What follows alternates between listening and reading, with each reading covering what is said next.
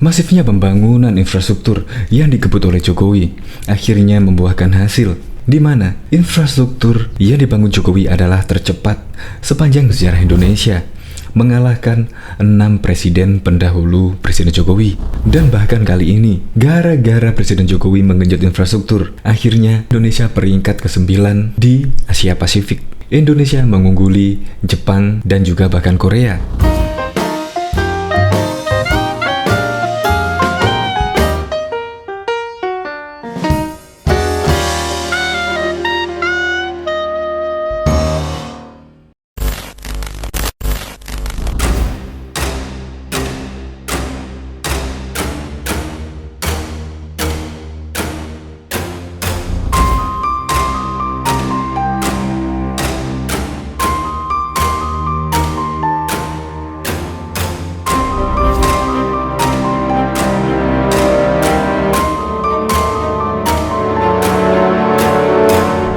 Bayangkan, mulai dilantik tahun 2014 sampai dengan 2019, Jokowi sudah menyalip infrastruktur yang telah dibangun oleh presiden-presiden sebelumnya. Di kepemimpinan Presiden Jokowi dalam 4 tahun aja, sepanjang 914 km jalan tol sudah dibangun. Bahkan, Susilo Bambang Yudhoyono yang sudah menjabat di Indonesia selama 10 tahun hanya membangun 212 km jalan tol saja. Dan bukan hanya itu, Jokowi mengebut infrastruktur mulai dari bendungan, waduk, embung, dan lain sebagainya. Jalan-jalan provinsi, jalan-jalan desa juga diperbaiki. Bahkan pelabuhan, terminal, bandara juga sudah diperbaiki, bahkan juga ditambah. Sehingga dengan infrastruktur yang cukup memadai, maka Indonesia kedepannya akan menarik investor dan juga wisatawan-wisatawan. Maka tidak salahlah jika Indonesia masuk ke peringkat 9 se-Asia Pasifik dan mengungguli Taiwan, Jepang, dan bahkan Korea. Untuk lebih lengkapnya simak berita berikut ini. Good News Indonesia. Belum menyaksikan video ini, pastikan bosku jangan lupa subscribe, karena subscribe itu gratis plus bonus tonton video terbaru setiap harinya. Jangan lupa ya. Bikin melongo, infrastruktur Jokowi tercepat sepanjang sejarah. Masifnya pembangunan infrastruktur identik dengan pemerintahan kabinet kerja yang dipimpin oleh Presiden Joko Widodo dan wakil presidennya. Hal ini tidak berlebihan. Presiden ke-7 RI itu telah membangun infrastruktur terutama jalan tol jauh lebih banyak dibandingkan 6 presiden terdahulunya. Presiden Joko Widodo membangun infrastruktur yang dilandasi nawacita, dijalankan dengan baik oleh Kementerian Pekerjaan Umum dan Perumahan Rakyat PUPR. Sejak Oktober 2014 hingga Oktober 2018, Kementerian PUPR sukses membangun 3.432 km jalan arteri baru.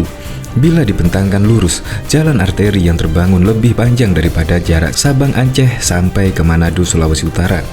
Kementerian PUPR pun berhasil membangun 26 jalan tol baru dengan jarak 941 km di Jawa, Sumatera, Kalimantan, dan Sulawesi. Adapun hingga 2019 ditargetkan membangun jalan tol mencapai 1.851 km. Tidak hanya itu, 39 km jembatan dibangun menghubungkan dua wilayah yang terpisah oleh sungai, jurang, danau hingga laut. Sebanyak 164 unit jembatan gantung pun dibangun untuk mendukung akses masyarakat sekitar.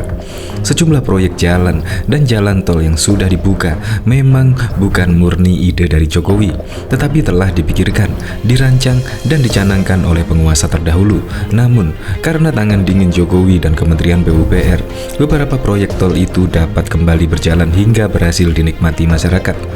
Contoh proyek tol yang mangkrak lalu bisa diresmikan oleh Jokowi adalah tol Bekasi Cawang Kampung Melayu Becak Kayu. Proyek itu dicanangkan sejak sekitar 20 tahun lalu dan pembangunannya kembali dikebut oleh Kementerian PUPR. Proyek lainnya yang disebut mangkrak dan kini sudah kembali berjalan adalah Trans Jawa. Proyek tol yang menghubungkan Merak sampai Banyuwangi ini sudah dicanangkan sejak 1996 dan waktu itu disepakati digarap oleh swasta. Selain itu, ada proyek tol Trans Sumatera yang sejak 2004 dicanangkan oleh swasta, namun mangkrak. Namun pada era Jokowi, proyek tol yang mangkrak diambil oleh BUMN dan kembali berjalan. Tidak berhenti di sana, Kementerian PUPR pun membangun sejumlah bendungan, embung, dan irigasi untuk mendukung ketahanan pangan. Selama 2015 hingga 2018, ada 57 unit bendungan yang dibangun dan 9 diantaranya sudah selesai. Hingga akhir tahun 2019 ditargetkan 65 unit bendungan dibangun. Sementara itu, embung yang dibangun selama era Jokowi mencapai 949 unit dengan jaringan irigasi baru yang mencapai 860.000 hektar dan rehabilitasi irigasi yang mencapai 2,32 juta hektar. Pembangunan bendungan baru di era Jokowi menambah kapasitas tampung sebesar 2,11 miliar meter persegi dan menambah irigasi waduk seluas 160.000 hektar. Air baku yang dihasilkan 3,02 meter persegi per detik dan dapat dimanfaatkan untuk pembangkit listrik dengan potensi sebesar 145 megawatt. Perlu dicatat, kebutuhan untuk membangun proyek infrastruktur termasuk pembangunan pembangkit listrik, pelabuhan, jalan, dan proyek infrastruktur lainnya di era Jokowi sangat besar, hingga 5.500 triliun sampai dengan 2019. Proyek ini tidak mampu semuanya dibiayai oleh APBN, sehingga memerlukan dukungan dari BUMN dan skema kerja sama pemerintah dan badan usaha. Menteri PUPR Basuki Hadi Mulyono pun menyadari bahwa anggaran negara cukup terbatas untuk membangun seluruh proyek infrastruktur yang telah dicanangkan. Namun, dia mengatakan pemerintah akan membangun infrastruktur yang lebih baik. Dengan anggaran yang terbatas kami bisa mengupayakan pembangunan infrastruktur yang lebih baik, ujarnya belum lama ini.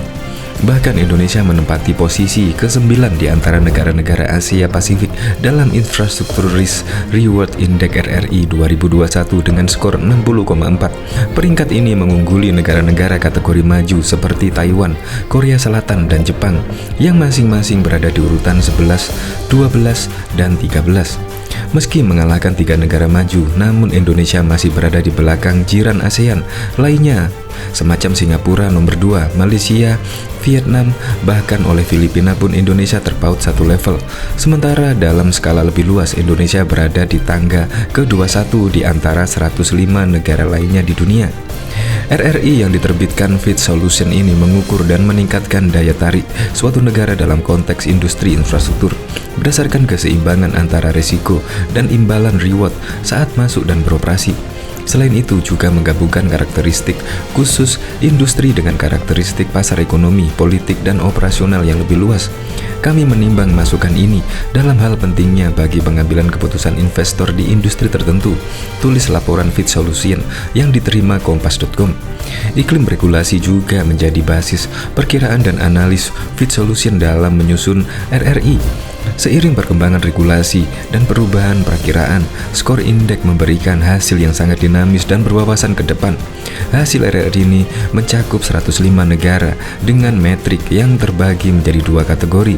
Pertama adalah reward yang merupakan evaluasi terhadap potensi pertumbuhan industri serta karakteristik industri, makro, dan atau negara yang secara langsung berdampak pada peluang bisnis. Kedua adalah risk yang mengevaluasi kondisi mikro, karakteristik khusus industri yang merupakan hal penting bagi industri untuk mengembangkan potensinya, dan penilaian yang dapat diukur terhadap profil politik, ekonomi, dan operasional negara. Skor 60,4 yang didapat Indonesia merupakan perhitungan rata-rata dari metrik reward dengan skor 68,4 dan metrik risk dengan skor 48,5. Metrik reward mencakup industri dan country reward dengan skor masing-masing 76,1 dan 56,9. Wilayah ini adalah wilayah dengan skor tertinggi kedua setelah wilayah Amerika Utara dan Eropa Barat, dan juga di wilayah dengan skor tertinggi ketiga, Eropa Tengah dan Timur. Pemulihan yang kuat dalam aktivitas konstruksi setelah efek pandemi ini menguntungkan Asia yang menerima penghargaan sebagai pasar kinerja terbaik. Australia, Singapura, dan Hong Kong menempati peringkat tertinggi di Asia yang didukung oleh masing-masing peringkat rekam jejak pasar yang baik dalam melaksanakan proyek dan lingkungan hukum yang optimal. Singapura dan Hong Kong menunjukkan pemulihan yang kuat dalam aktivitas konstruksi setelah efek pandemi ini. Namun keduanya adalah pasar ukuran kecil yang akan menunjukkan batasan jumlah peluang dalam jangka waktu dalam jangka panjang. Perlawanan dengan pasar yang lebih besar dan lebih berkembang seperti Malaysia dan Vietnam. Risiko negara yang tinggi terus membebani pasar seperti Kamboja, Laos, dan Myanmar sebagai pasar jangka pendek dan panjang. Prospek risiko ekonomi dan politik menaklukkan kinerja pasar.